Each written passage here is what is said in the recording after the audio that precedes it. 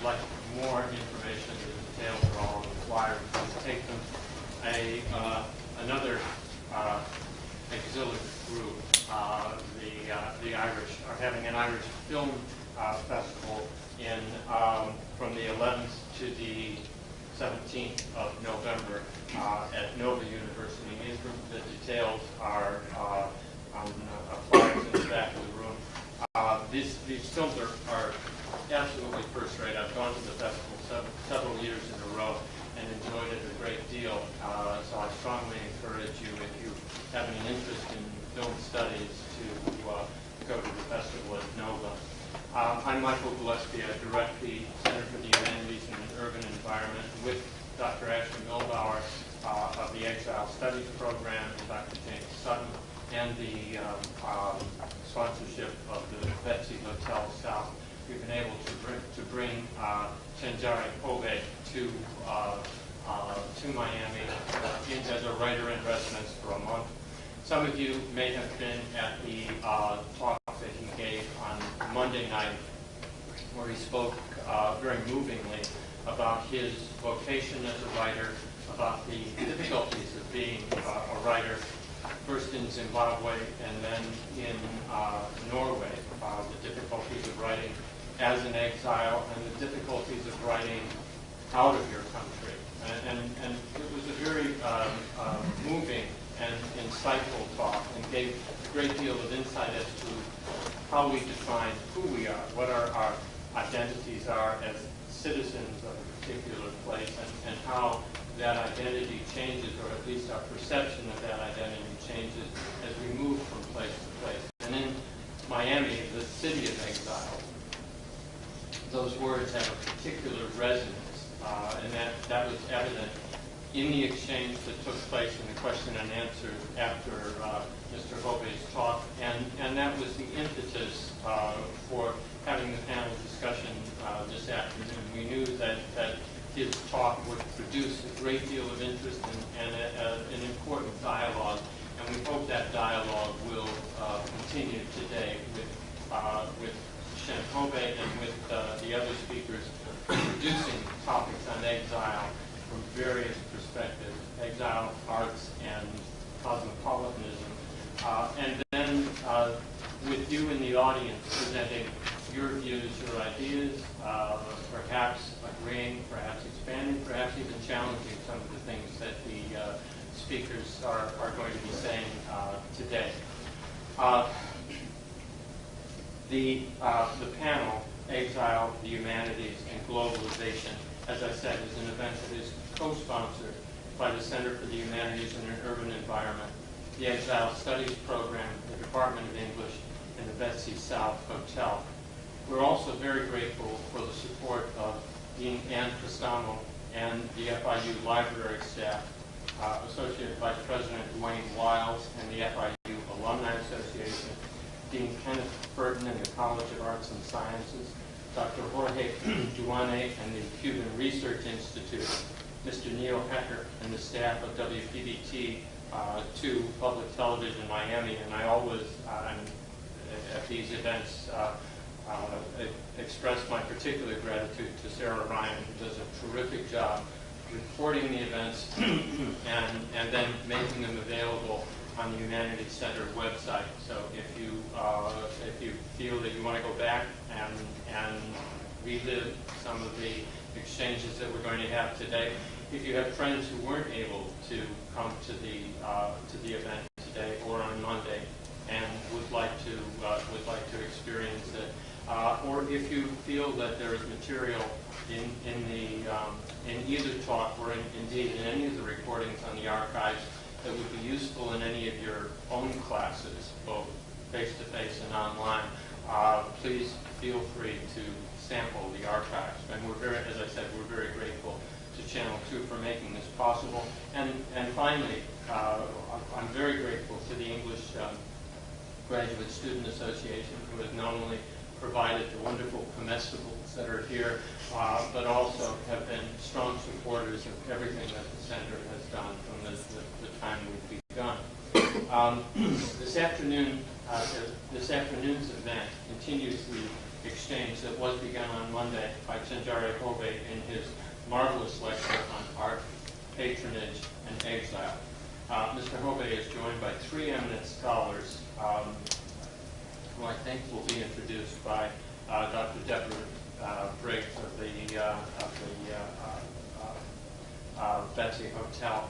But let me just give you a thumbnail sketch of them. Dr. Martin Tucker, Professor Emeritus from Long Island University, is really one of the founders of Exile Studies, has written and lectured and mentored a great many people who have an interest in Exile Studies and came here from San Francisco to participate in the panel. We're very grateful and privileged to have him. Dr. Escher Mildauer instituted the Exile Studies program here at FIU, the only organized program of Exile Studies in the country, and indeed, to my knowledge, the only existing academic program of Exile Studies. He has been a long supporter of the topic and a very great friend of the Center for the Humanities and the Urban Environment. And indeed, I've always felt privileged to have the center associated with anything the Exile Studies program has done. And Dr. Nandini Dar, new to the department, but already a very strong scholar in Exile Studies, in African literature, and in cosmopolitanism. So as I said, I feel very privileged and grateful to have these three scholars to complement the remarks of Chenjari Hobe today. I know that everyone is on a tight schedule. I don't want to delay any longer. I know Mr. Hobe will show up shortly, but let me ask Dr. Tucker to begin the discussion with his remarks on exile, and then when he arrives, we'll just integrate him into the rest of the discussion. But thank you all for coming, and thank you, panelists, for being here. Well, thank you for my being here. It's a return visit. I was here a few years ago as a visiting professor for one semester and loved it. I'd like to approach this afternoon's topic excuse me, by telling you about my background, or rather, my limited life story. I'd prefer it to be an unlimited one, but one can't ask for everything. I was doing graduate work at New York University in modern British literature. When it came time to choose a dissertation topic, I went to my advisor and proposed the work of an Anglo-Irish writer, Joyce Carey, who had written several novels with African backgrounds. I don't know how many of you are familiar with him today. Carey was a judge in the British Civil Service in Nigeria, and also he's the well-known writer of The Horse's Mouth, which was made into a very funny movie with Alec Guinness.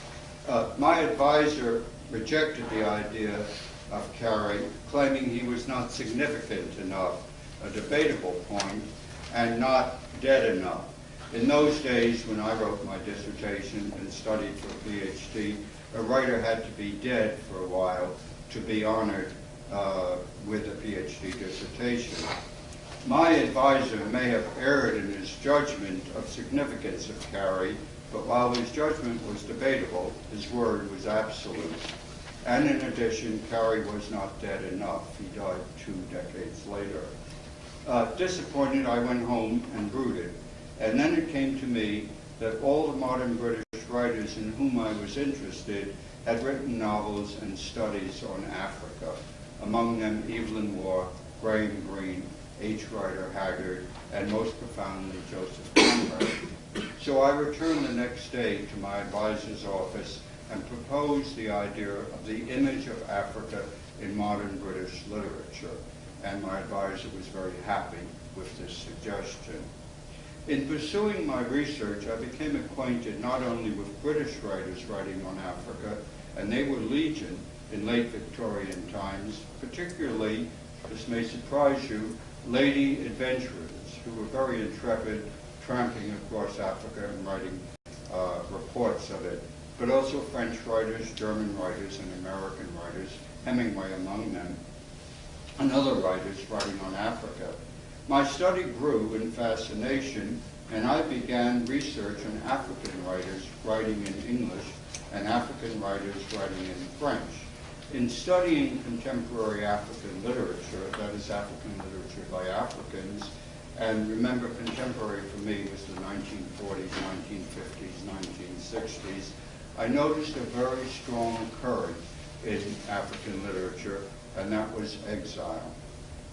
Now, exile is not a new phenomenon. It is unfortunately a condition that has been with us since the history of home and family.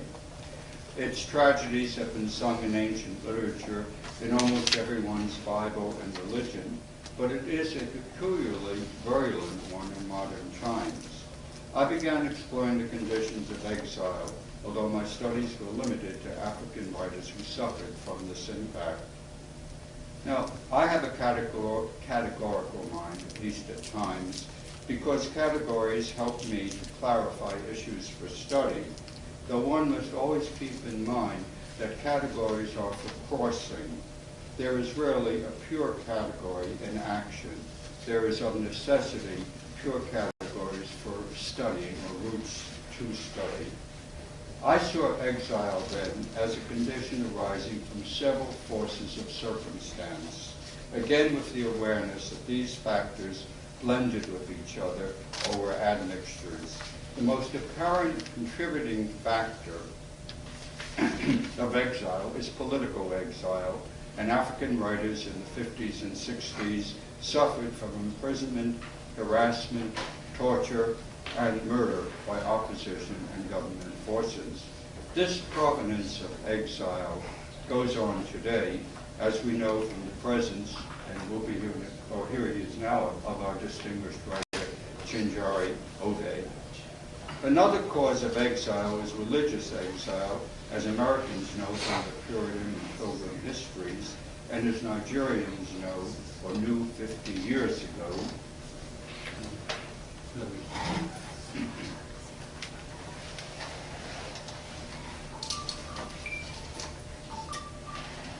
In the Biafran War.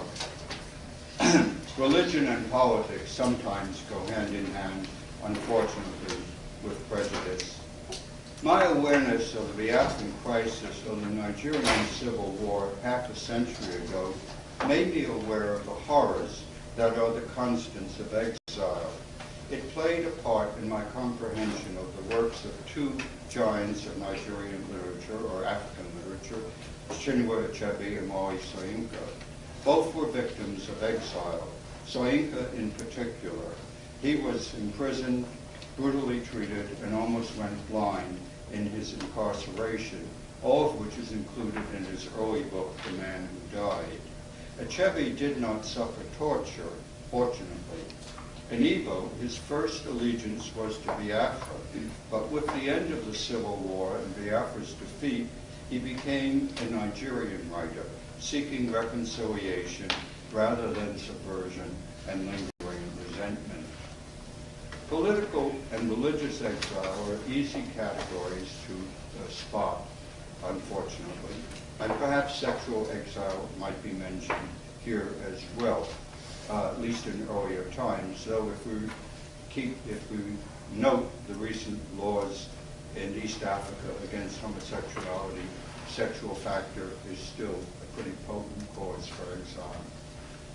There's still another cause of exile in African literature, one that became apparent to me in my studies, and that's exile via the road to education.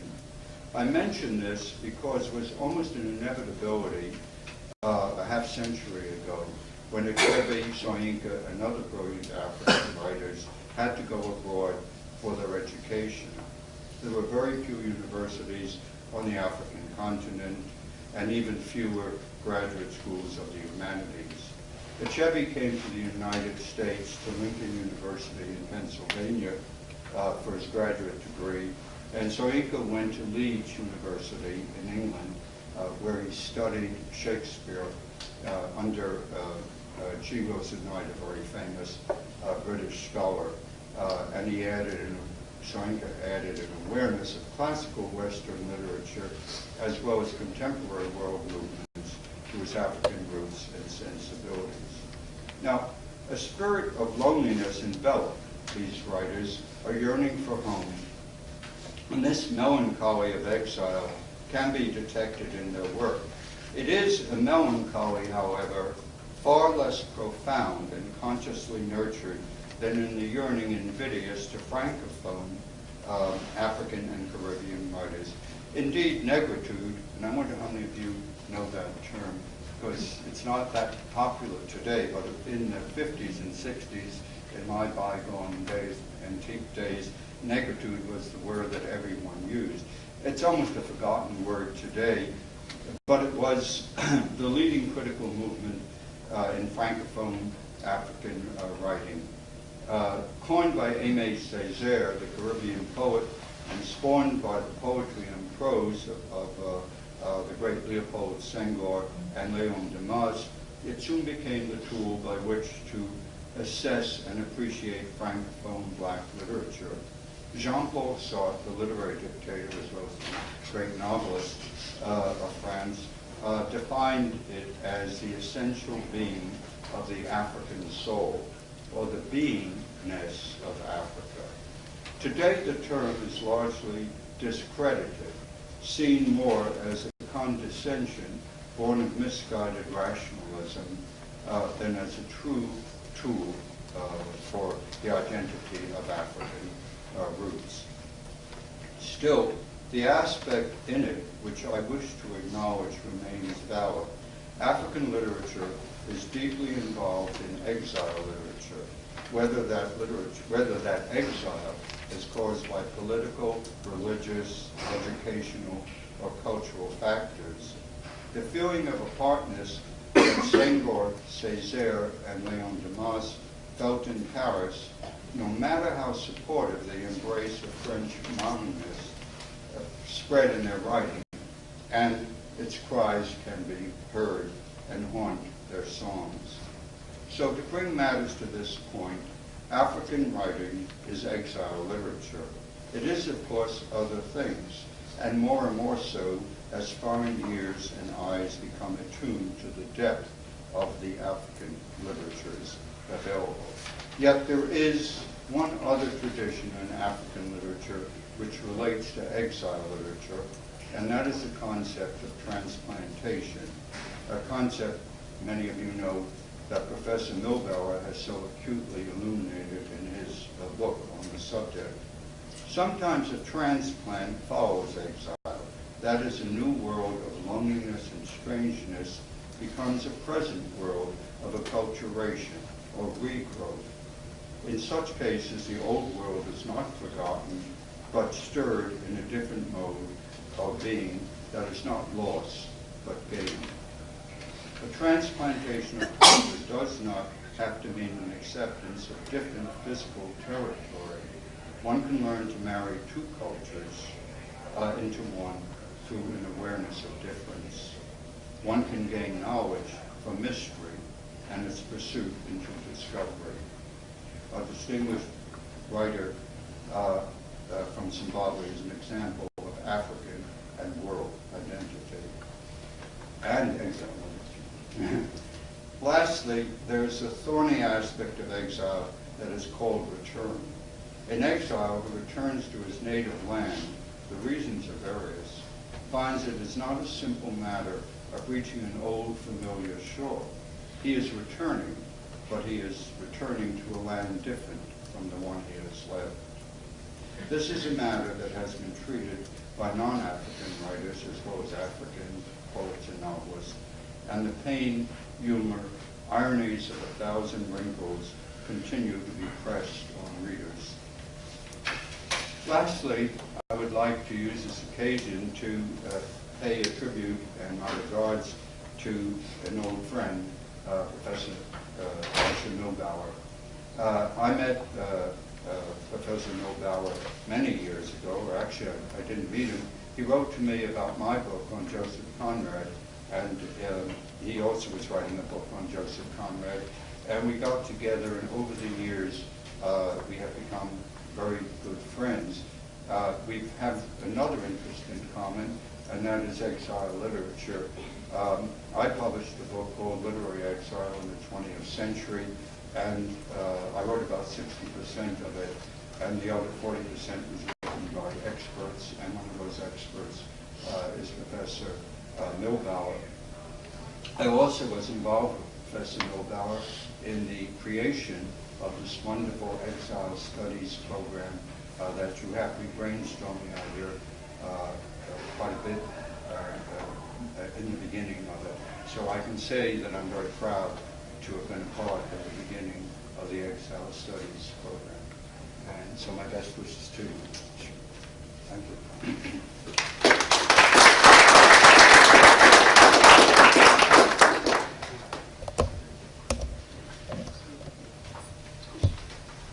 I think the lead for you. Thank you so much.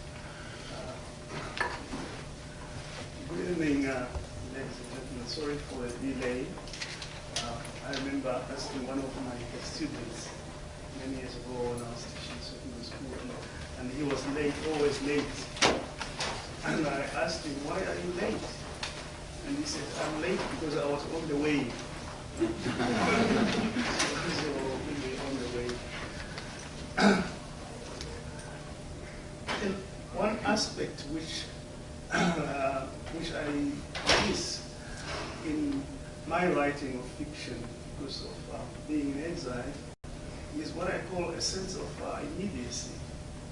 The character, because I write from a particular incident. My novels and poems are sparked by an incident, which I want, a real incident in life, which I would like to see grow, and then the creativity probably starts when I begin to say, what happened? What could be the possibility of this character, of this gentleman who was sitting looking miserable, holding a small baby of 6 months? You know, what happened? You know, and then I create from that. That is what I miss a lot in my in my travels and in my life in exile, because I want to see the real people and depict them. For example, one example which is in my book, most of which I wrote when I was here, Homeless Sweet Home. There is a, I'll give you an example to show you what I mean by a sense of immediacy. I have taken an excerpt from that. And it's called Uncles. You know, because I miss my uncles. All of a sudden, I began to miss my most terrible uncle. It's true, you know. It is called Uncle Thomas. So there's a piece which will illustrate what I mean by a sense of immediacy, and also real people, real characters who are the inspiration. Uncles. My favorite uncle is Uncle Thomas, for the sole reason that he is no one else's favorite uncle. It is a great achievement to be no one's favorite uncle, especially in a big family like ours. But Uncle Thomas is my favorite uncle, and he does not know it. When I was born in the 1950s, I found Uncle Thomas already oldish looking, and we are now 10 years into the 21st century, and Uncle Thomas is still the same, oldish looking. One good thing about Uncle Thomas is that he never falls ill. No one has ever told me that Uncle Thomas has ever been afflicted by any known disease at any time in all these years. In our malaria-infested area, Uncle Thomas never catches malaria. And he does not even sleep under a mosquito net. Colds and flus seem afraid of him. And headaches too seem afraid of him. Every disease knows better than attack Uncle Thomas. As a Zimbabwean, he does not care too much about national borders. That is none of his business. Uncle Thomas has other border concerns which are relevant to his daily life. What does the border between Mozambique and Zimbabwe have to do with me? He asks when the issue of borders surfaces. His main border concern is the boundary between his fields and the neighbor's fields. Every year he extends his boundary of his field by about 10 meters, slowly taking over the neighbor's fields before accusing the frightened fellow of having an unreliable memory as far as borders and boundaries are concerned. Uncle Thomas can remember the exact day when the headman pegged the borders, the position of the sun in the sky, the conversation that ensued then, which tree the headman was facing, and how many paces he took from that tree to this one, and how the headman then pointed out the exact location of the borders to both men. And he will not finish before describing the headman's snuff horn, as well as the shirt the traditional leader wore on that particular day, plus a few details about the bird, the rain bird, which sang soon after the headman had finished allocating the land to both men. Every detail. With the passing of seasons, the neighbor soon realizes he has to search for new fields by relocating to distant places, while Uncle Thomas is quick to mourn how the good neighbor will be sorely missed. So you can see that Uncle Thomas' idea of border is not an abstract affair. The border between Mozambique and Zimbabwe is none of his business. His focus is on the border between his personal lands and the lands of his neighbors. But that is not the reason he is my favorite uncle. Uncle Thomas is not a man of trivial things. I have asked everyone in our large family if they have ever seen Uncle Thomas smile or heard him laugh. There is no witness to that human weakness. Uncle Thomas has never been seen smiling or laughing.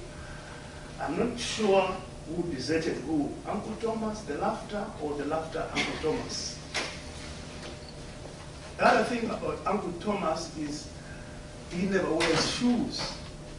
He's always in his tire sandals. No one is quite sure when they were made specifically for him. In my younger days, when I began to notice this, Uncle Thomas wore the same sandals he still wears today. When I was a bright young boy in primary school, I dreamt that I would write a big book about Uncle Thomas' religious beliefs and practices. His religious ways are the main reason he is my favorite uncle. Uncle Thomas is a crossbreed between Christianity and African traditional religion. The former is a place called hell, reserved for the punishment of offenders, and Uncle Thomas believes it. But the latter is no place called hell, since it is believed everyone meets their hell here on earth if they offend. And Uncle Thomas believes that too. The way Uncle Thomas blends these two belief systems is a marvel to see. That is why he is my favorite uncle. If you meet Uncle Thomas this rainy season, he might be a devout Christian, robed in white gowns and an overgrown beard, according to the religious group he attends. Head clean shaven, wielding a long hop stick, walking, living gentleness itself. Then you bump into Uncle Thomas another season, no white robes, no hop stick, no Bible. He carries his goatskin bag. loaded with traditional herbs and divining equipment, which can include anything from lion's front teeth to lizard's tails or pieces of elephant tusks. I always wondered what he would have done with his religious gowns and robes. Uncle Thomas does not see any problems with his transformations. With his Christian kit, he can lay hands on your head, make you take off your shoes, and pray for the removal of evil spirits from your body. With his traditional medical kit, he also asks you to take off your shoes or any metal on your body, throws the lion's tooth on the ground, and tells you your fortunes or misfortunes in one swoop. And the addition of a little more money in his plate, he gives you medication to avert your misfortunes. Cuts incisions into your skin and rubs some good smelling herbs into your blood. No problem. Uncle Thomas' rhythms of transformation continue to this day. If he were in a place like Miami, he would be in big business, curing people with mental disorders, including delusions of grandeur. Yes, Uncle Thomas has herbs for that. He also has herbs to treat perennial laziness or to improve your yields in the fields if you happen to be a farmer. Or if you're a factory worker, he has herbs to make the factory boss like you so much as to increase your wages behind everyone's back. Uncle Thomas, he's my favorite uncle. Maybe the day he smiles, will be his death day. Jokes and laughter are still too trivial for a serious man like Uncle Thomas. This is probably why he refuses to age.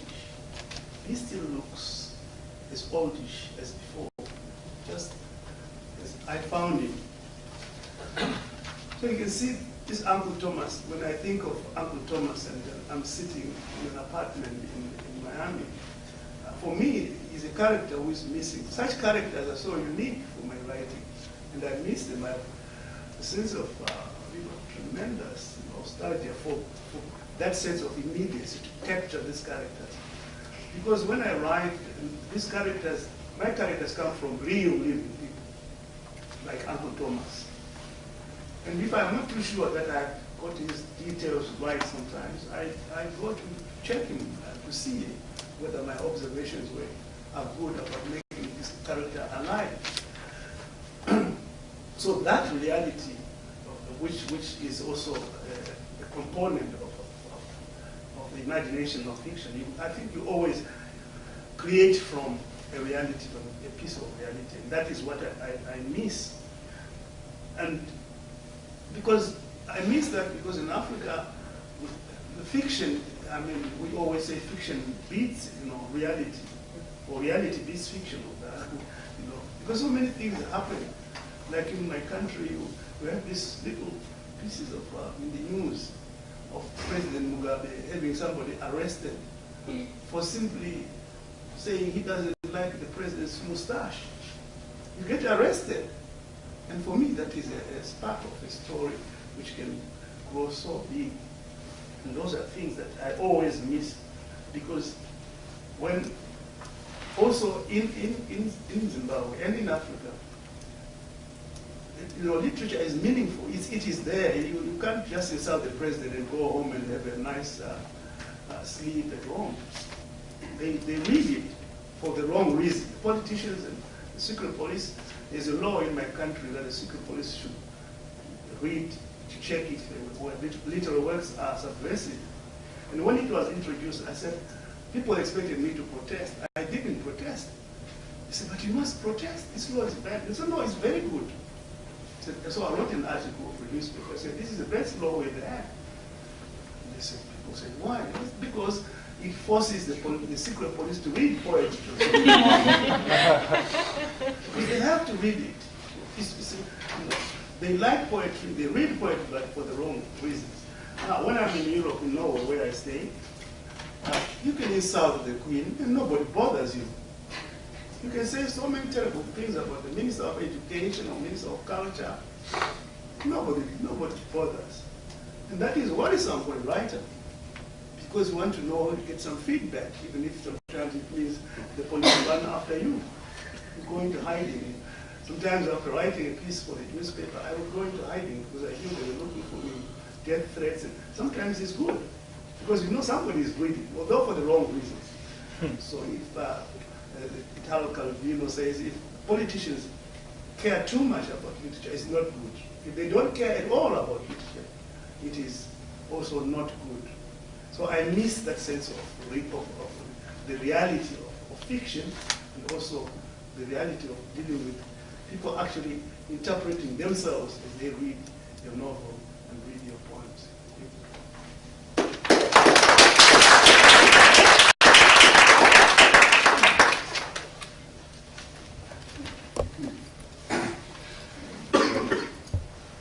First, let me return the compliment accorded to me by Professor Tucker. Indeed, our association goes back many years. We work in the same field.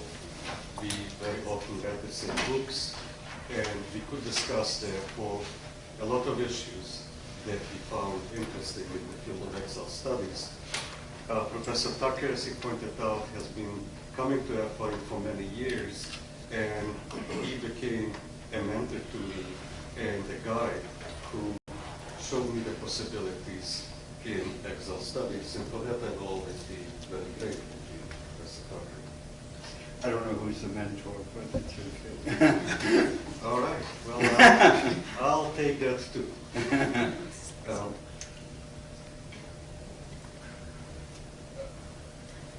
Professor Gillespie divided the labors among us. He assigned everyone to do something. It's the visual labor, a term I don't like very much for obvious reasons, at least to me. But he asked me to talk about how, or what engendered the establishment of exile studies here. One, of course, a reason you already know, the inspiration that I received from Professor Tucker.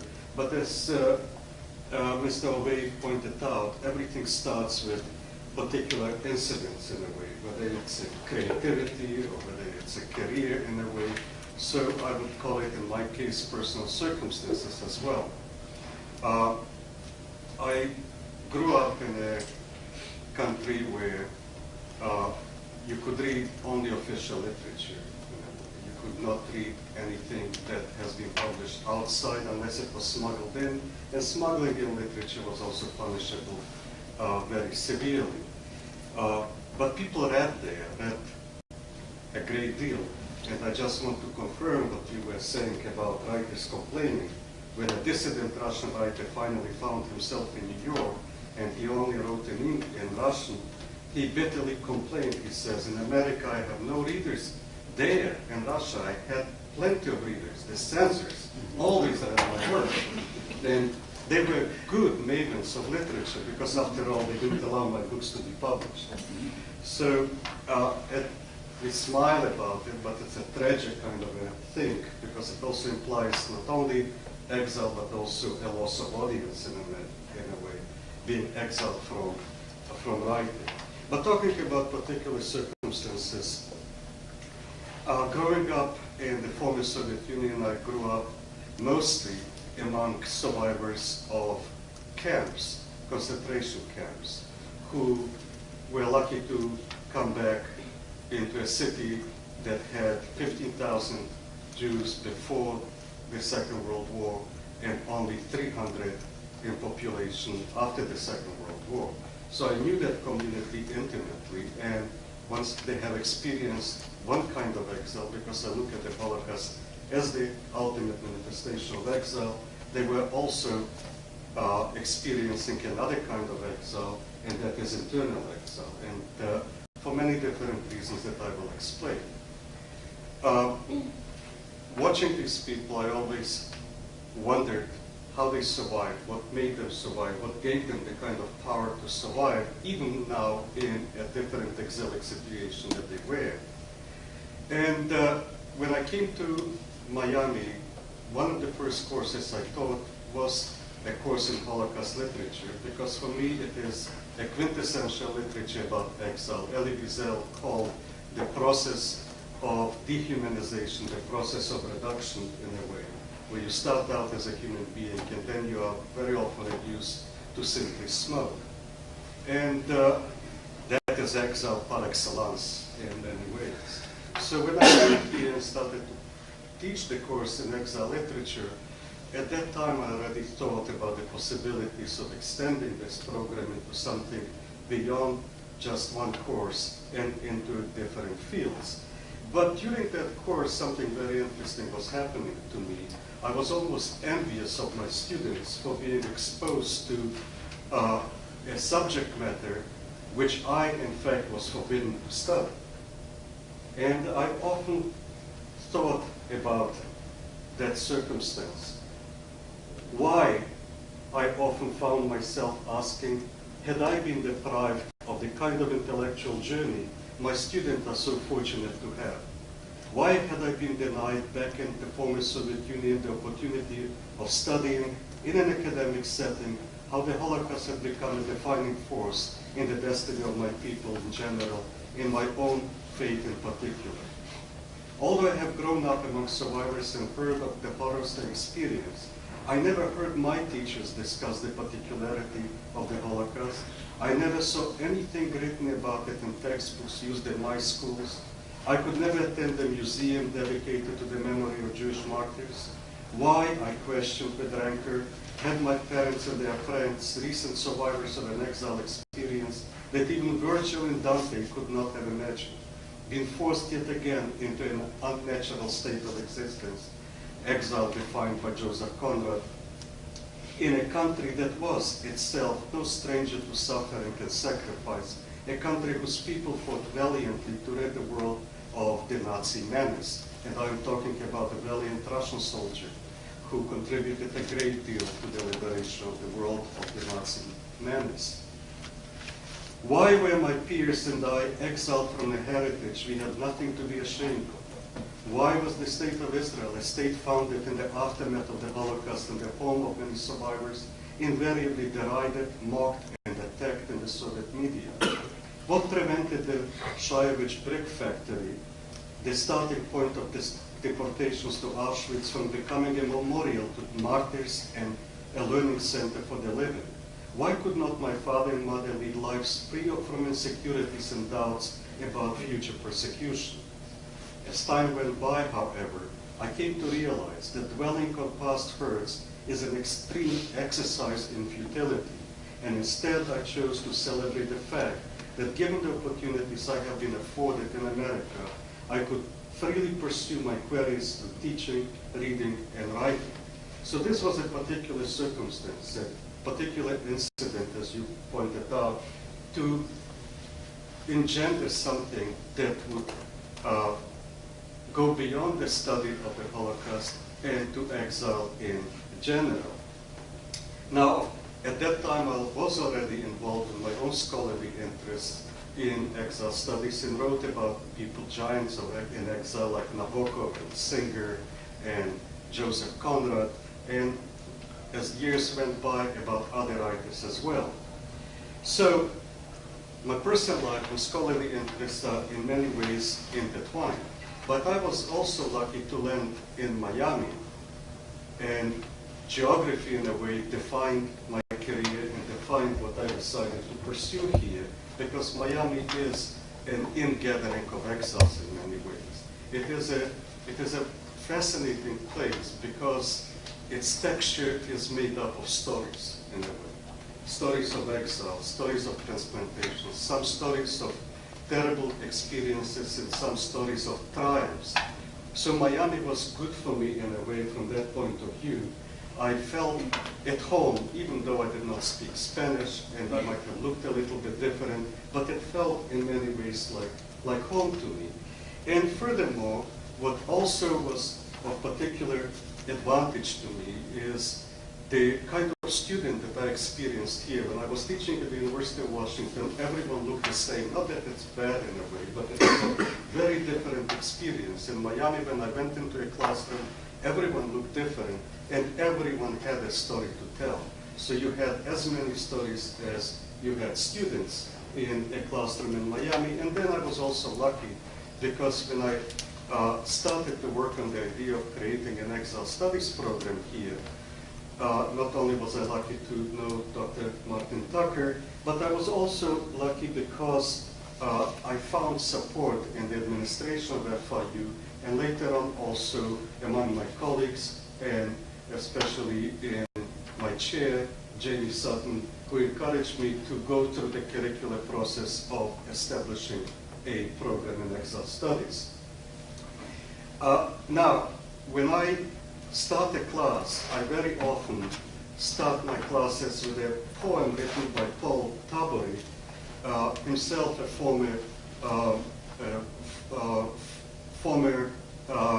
himself an exile from Hungary and the commissioner of refugees in Geneva after the war. He wrote a poem which is kind of a preface to a book which is called The Anatomy of Exile. And I'll quickly read the poem to you, simply because that poem, in a way, sets up the paradigm for exile studies. So here is the poem. Exile is the emptiness, for however much you brought with you, there is far more you have left behind. Exile is the ego that shrinks, for how can you prove what you were and what you did? Exile is the erasure of pride. Exile is the escape that is often worse than the prison. Exile is the xenophobe. For every single one who likes you, you'll find 10 in whom there is nothing but hate. Exile is the xenatipy, nagging you for thoughts unthought and words unspoken. Exile is the infinitive you cannot help splitting, the intention that is never equaled by execution. Exile is the invasion that can never succeed, for you can never conquer your inhibitions. It is the incubus riding your pillow. Exile is the loneliness in the middle of the crowd. Exile is longing never to be fulfilled. It is love unrequited, the loss never replaced. The listless, loveless, long wait for a train that never arrives, the plane that never gets off the ground. Exile is the eruption whose lava stream carries you away. It is this eternity measured in minutes, the eyes that never enjoy the familiar sight, the ears that listen to alien music. Exile is the song that only the singer can hear. Exile is an illness that not even death can cure. For how can you rest in a soil that did not nourish you? Exile is the warning example to those who still have their homes and who belong, but will you take heed of the warning? Now, this poem is in fact a paradigm of the issues that we study in Exile Studies, dealing with particularized characters, of course, because the Exile Studies program is anchored in literary studies. And the power of literature is in particularizing rather than universalizing the characters, or the circumstances, or the situations. In this poem, we talk about loss, we talk about identity, we talk about issues of assimilation, we talk about artistry, we talk about aesthetics, we talk about what nourishes us as human beings. It is a poem not only about exile, but it is a poem about the universal condition. For many think that we are all, in fact, exiles to one or another degree. So these are the kinds of issues that we discuss in the Certificate of Exile Studies, which consists of 18 credits. And it is an interdisciplinary program, although it is rooted in literary studies for the reasons that I have explained. And there is a particular reason, there is a particular outcome. You know, at the university now, the words outcome assessment is so important. I am not particularly in favor of these terms. They trivialize for me the whole process of education. But if I were to cite a particular outcome in terms of what I want it to be when we teach Exile, I would, and I do direct my students to two short stories which we read in class. One is by the American writer Malamud, it's called The German Refugee, and the second story is by the wonderful writer Flannery O'Connor in The Displaced Person. And here is what we get out of studying of exile. The character, a young student who comes in touch with the exile community, he says the following. I'm on the wrong page here, but he says the following. He is a tutor now. He says, they, exiles, were accomplished men. I had my nerve associating with them, but that's what the world crisis does for people. They get educated. So studying exile is a good education par excellence, I would say. And then a character who is starting out to be nice and then she turns into a villain at the end of the displaced person, Mrs. McIntyre, owner of a farm, says the following. With the coming of these displaced people from the Second World War, a Polish family, she was obliged to give new thought to a good many things. Exiles make you be aware not only of your own circumstances, but of the world as well. You are forced into going through something which in Judaism is called cheshbon hanefesh, an accounting of the souls, an introspection, a better understanding of yourself, and a better understanding of the other, and a better understanding of the society you live in. Because there are lessons to be learned. The Jerusalem Talmud states the following. For this reason was man created alone, to teach that whoever destroys a single soul, and exile is very often about devastation, often about crisis, often about genocide. For this reason was man created alone, to teach that whosoever destroys a single soul, it is as though he had destroyed an entire world.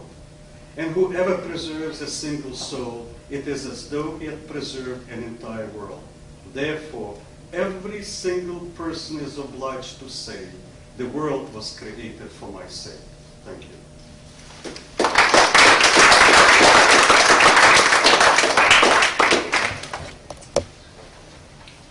So, going along with Dr. Gillespie's division of labor, so I would like to begin by saying I live abroad, but I'm not in exile. So no one forced me to leave India, my country of birth and citizenship. I'm not facing the possibility of any state-imposed death and imprisonment when I go back, at least not that I know of. So I'm not one of the Midnight's children, a term coined by the Booker Prize-winning writer Salman Rushdie to narrate the immediate aftermath of India's independence from the British in 1947. And Rushdie himself is a writer who has complicated relationships to both exile and writing from exile. And this is a novel I'm teaching this semester to a class full of wonderful students, and some of them are here, so thank you.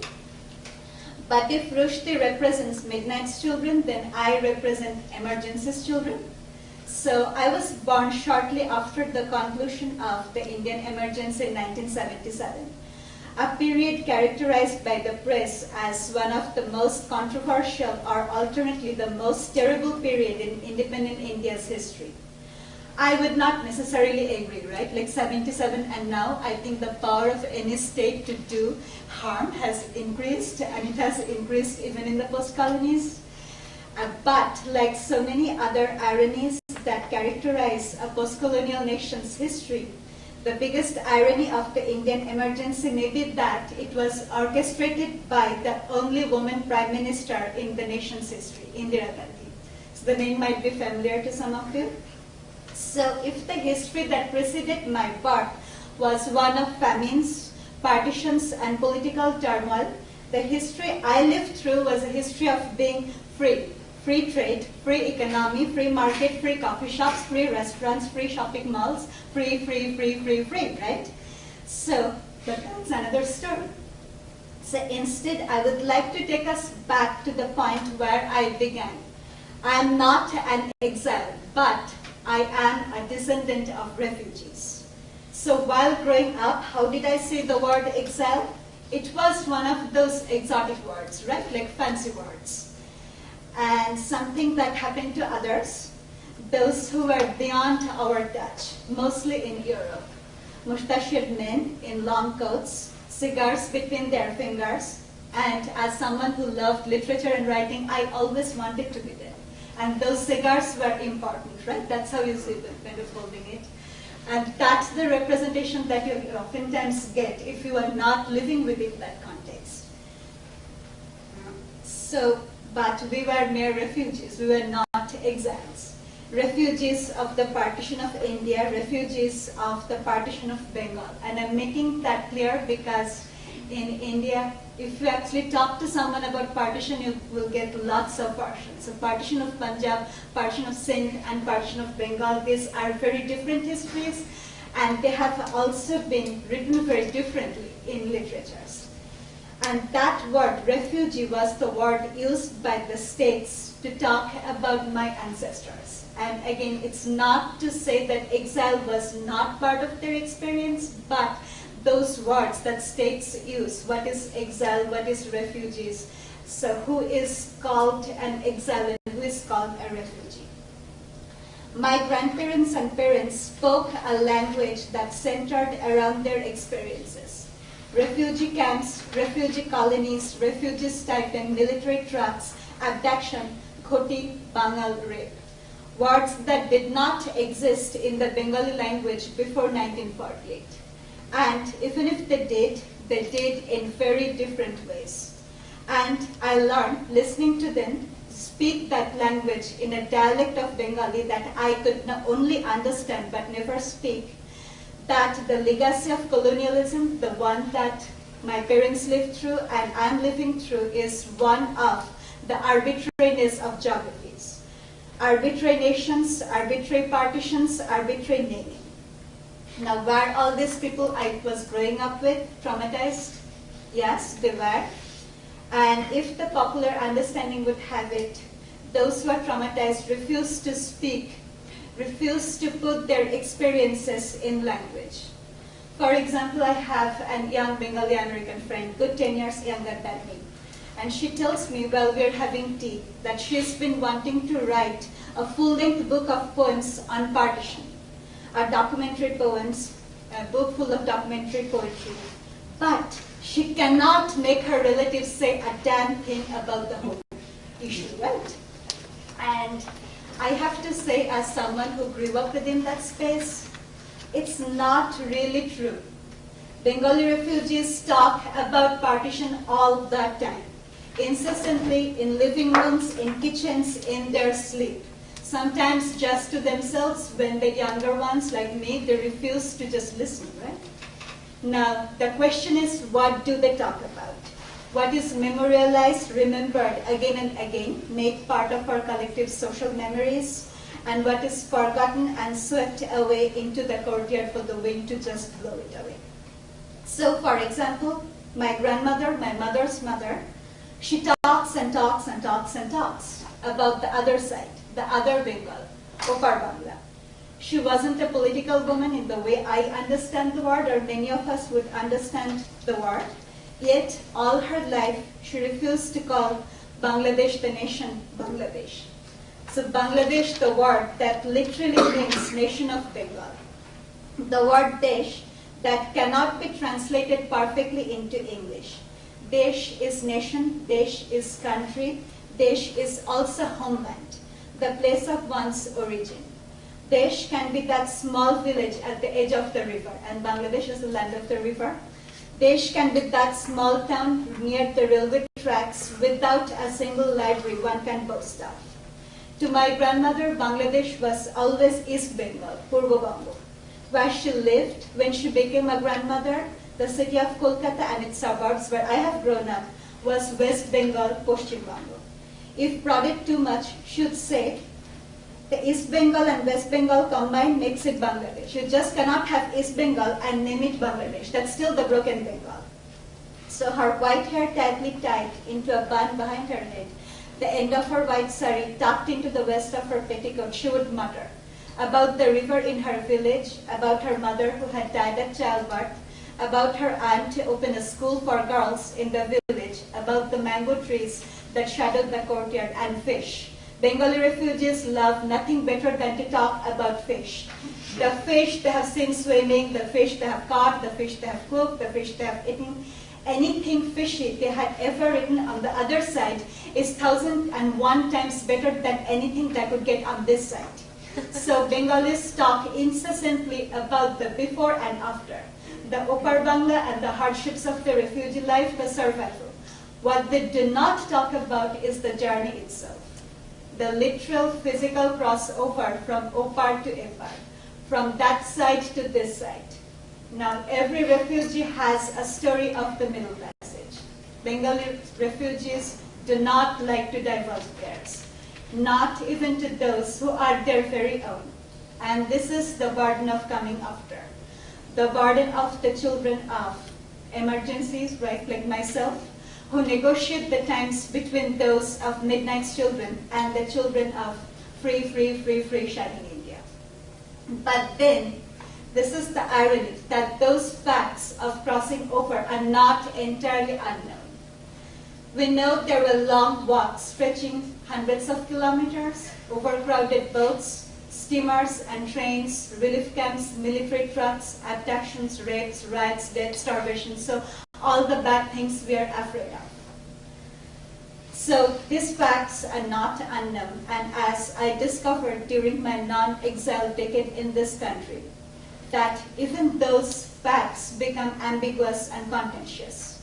If my experience is anything to go by, very few Americans know about the horrors of the partition of India or the Bengal famine of 1943, which preceded it, which literally wiped out millions in the province of Bengal during just 1 year. And these are coterminous with the Second World War, right? So we keep on talking about Second World War, but what it was happening in the colonies during the world wars, that's going to get lost. So if my essay began with a few ironies of a post-colonial nation state like India, I will end it with one of the ironies of globalization. I know about the major events of American history. I know about major American writers, musicians, actors, actresses, and I even teach them. But Americans don't necessarily know much about my histories, right? And it's kind of like the upstairs, downstairs story, right? So the servants downstairs always know what is there to know about the upstairs because they're the ones who are going to be bringing in the food. They hear the gossip, they know what's going on, but it's not exactly true in terms of upstairs wanting to know the downstairs story. And would I actually want the upstairs to know all the downstairs story? I have to think about it. Now, globalization survives on the knowledge that everything is translatable. Like the Diwali Barbie on the shelves of Toys R Us, chicken tikka masala, curries in restaurants, and for those translations to happen, they, and I'm leaving the day to be interpreted as whoever you want it to be, depend on post-colonial collaborators like myself, right? And collaboration I would kind of give to share, like last time you reminded us that it's a complicated term. We talk about collaborations when poets and artists do something together and produce a text. We also talk about collaborations in political terms in really complicated ways. So if in this presentation I have revealed some very intimate details about myself, I did not provide translations of two words I have used before, Ghoti and Bangal. I am an Indian by passport, a Bengali in terms of the language I speak. But how I identify myself to the people I love, I am a Bangal from both sides. And I'm not going to translate for you what that means.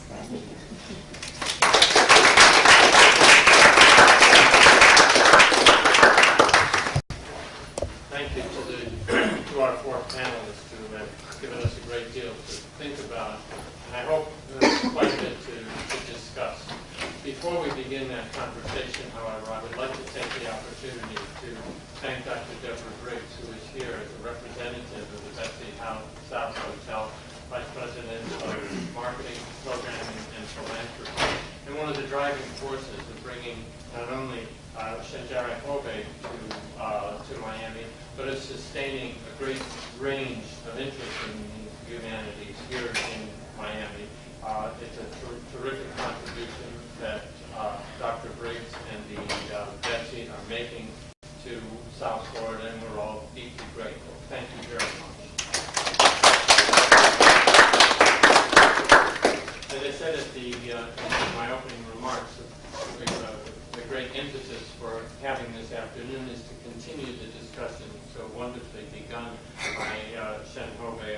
Monday evening. Let me ask you to do so with any questions or comments that you might have.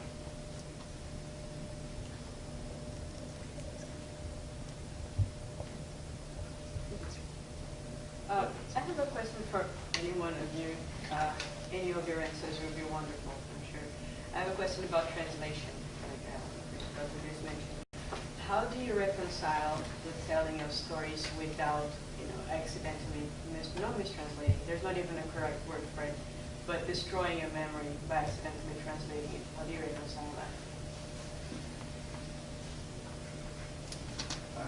I'm slightly hard of hearing, so I don't know if the question was directed to me or not. Either one of you. Would you repeat it, Michael, just so I can hear the question? Well, it's simply that I think a very important issue of what happens to a text when it's translated and what can be done to prevent the violation of that. What, if anything, can be done to prevent the violation of that text through the act of a very well-intentioned translator? I actually was thinking as I was listening to the panel how curious it is that language is what unites us, but it's also what divides us. And particularly listening to your talk about certain terms have currency, and they don't have currency later on, and they may be misused and so on. So I don't know the answer to your question, but I do know that it's a real problem. And when I wrote my book, Literary Exile in the 20th Century, I used the word refugee in another context from the one that you used it. And I would say, for instance, and this becomes a discussion point rather than a closed issue, that one goes into exile via the road of being a refugee. And when I was writing the book, the image of refugee was always, at least that's the one I had, was always the one, the person carrying a suitcase. That was the way it was represented on stage. That was the way it was represented in literature and in poetry particularly. So the suitcase became the image of refugee. And the image of exile was quite something else. It was political, torture, and so on. It's a very good question because it's such a rich field, and you just have to jump into it and swim. Thank you. I think translation is a reality. It has always been an issue.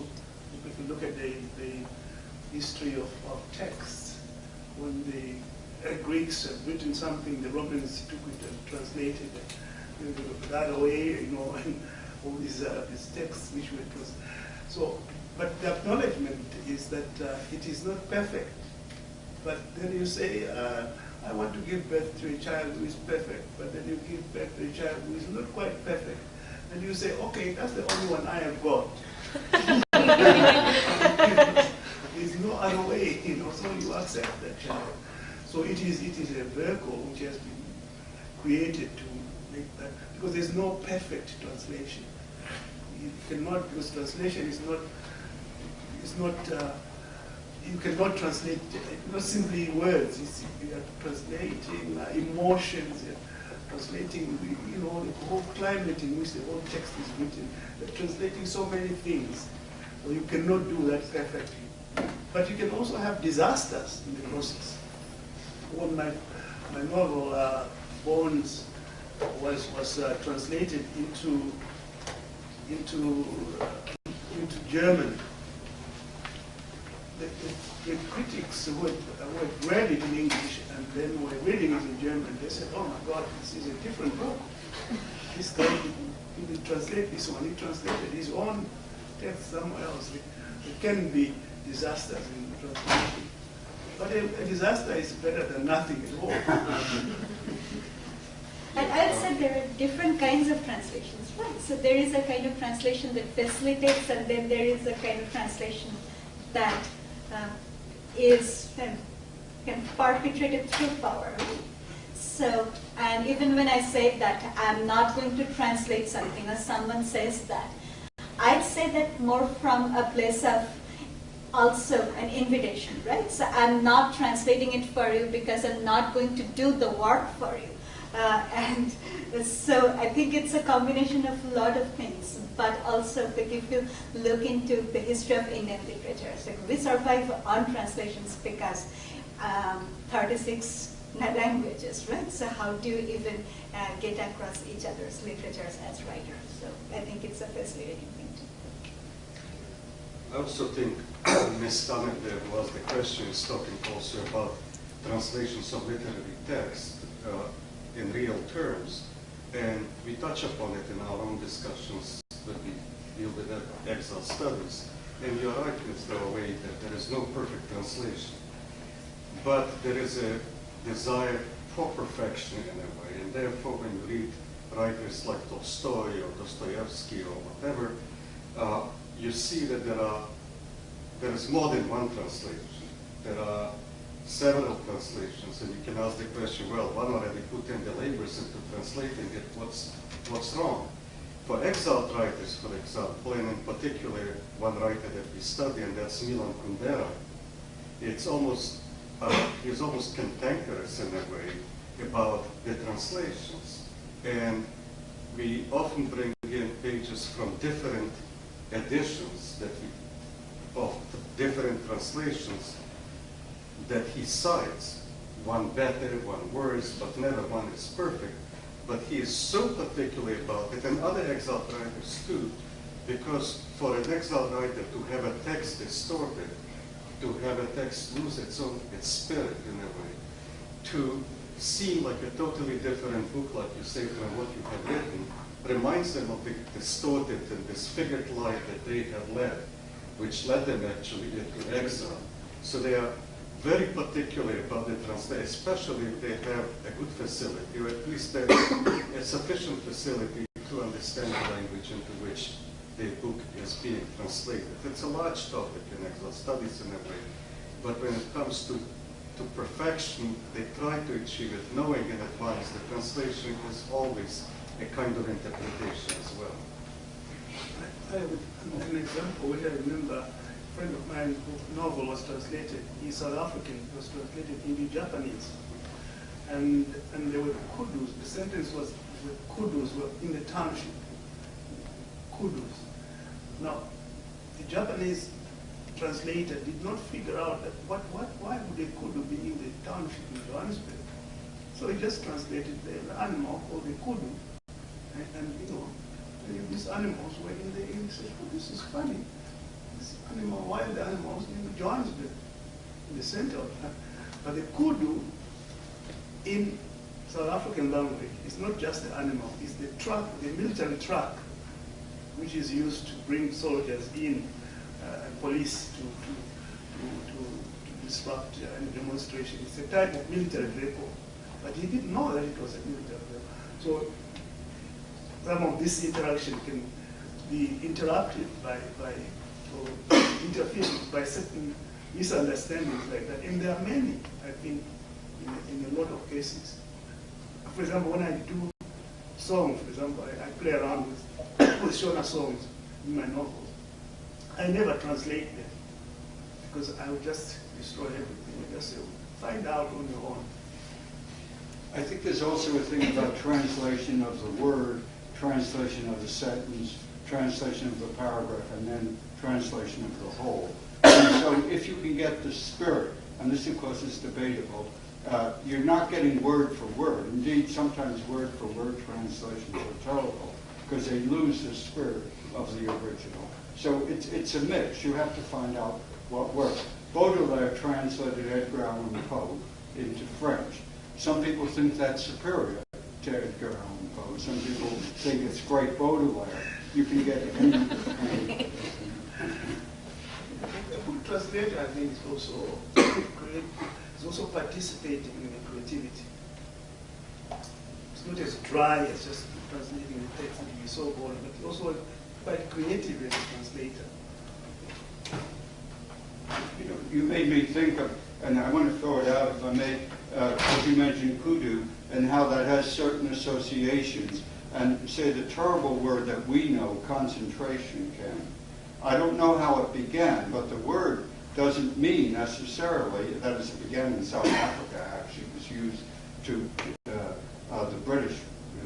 the concentration camps to cage-in Boer prisoners and so on. But if you use the term concentration camp, why isn't it just a camp in which one concentrates? But you can't do that because of the associations of the word. So it's not simply literal translation, but associations and uses that have been in effect over the years. Chelsea, did you have something? On a similar note, when you're writing or speaking, or translating, do you keep a lot of idiomatic expressions? I know that Dr. Billbauer will say quite a few words in Hebrew in class, and I speak enough Hebrew to have a slightly different understanding of some of the terms. But like some of the books we read will have a German word here or there, or some other language. Do you, when things are translated, do you keep idiomatic expressions in, or? That's for you. I think some of the idiomatic expressions, if you put them in a different cultural context, they can be quite bizarre. So one has to be careful whether that idiomatic expression will mean the same, or have to look for one which would have another meaning, a meaning which is the same but in a different way. If a different metaphor or image you translate it just like that, it will be terrible. Like in one of my novels, I have an owl which perches on the roof of somebody's house. An owl flies and perches there, and then it's an owl. The guy says, "Oh, that was a good omen." An owl, hooting on top of somebody's roof, and I said, "Oh, no." The translator said, "No. When an owl perches on a roof and starts hooting, it's a sign of disaster. In Southern Africa, it's an ominous image. So one, while in Europe, the owl was a beautiful thing. In Africa, it was the maximum of evil. So one has to be careful. And let's find something, another bird, you have to replace it with another bird, which will mean, something of the original. But it's very difficult to translate idiomatic expressions into another culture, because you're translating also the whole culture and the meaning of the universe or the world. You are translating into another world. Yeah, please. Well, thank you all for your interventions. It's such an interesting discussion, and it's got me to thinking about the relationship between people in exile and diaspora communities, particularly because I work on African history, and one of the sort of largest migration movements in the later 20th century, 21st century is African migration to the United States, to other parts of the world. And I remember conversations when I was in graduate school, we were talking about artists, African painters, sculptors, creating their works in diaspora. So the question that I'm asking maybe for all of the panelists, I think a number of you touched on this in interesting ways. You talked about the different types of exile, political, religious, educational, but increasingly there's economic migrations that create diaspora communities and generational differences. So I'm wondering about how the writer in particular interacts with diaspora communities. You talked about immediacy of memory and missing that sort of immediacy living in exile. And I just wonder if diaspora communities present a kind of way of capturing some of that, or is it still a kind of distant relationship? I'm just interested in your thoughts about how diaspora and exile relate to one another. I'll start. I think they relate intimately because they are basically the same. That is, you're in diaspora, but you're in exile as well but you're on the move, let's say, and that's, again, using language, diaspora conveys a sense of movement, that is a movement away. And exile is a sort of a jump from. But in any case, this is sort of how I feel.